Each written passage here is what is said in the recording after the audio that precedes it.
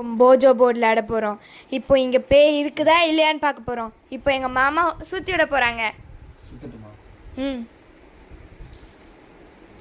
S, இங்கே பேய் இருக்குது. பாயா கேர்ளான்னு கேளுங்க. பாயா கேர்ளாங்க? ம் கேர்ள்.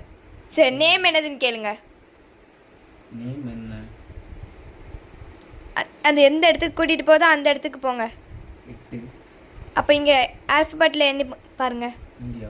ம் ஐ. ஐ. ஐவி நான் நீங்க. ஐவி நான் நீங்க.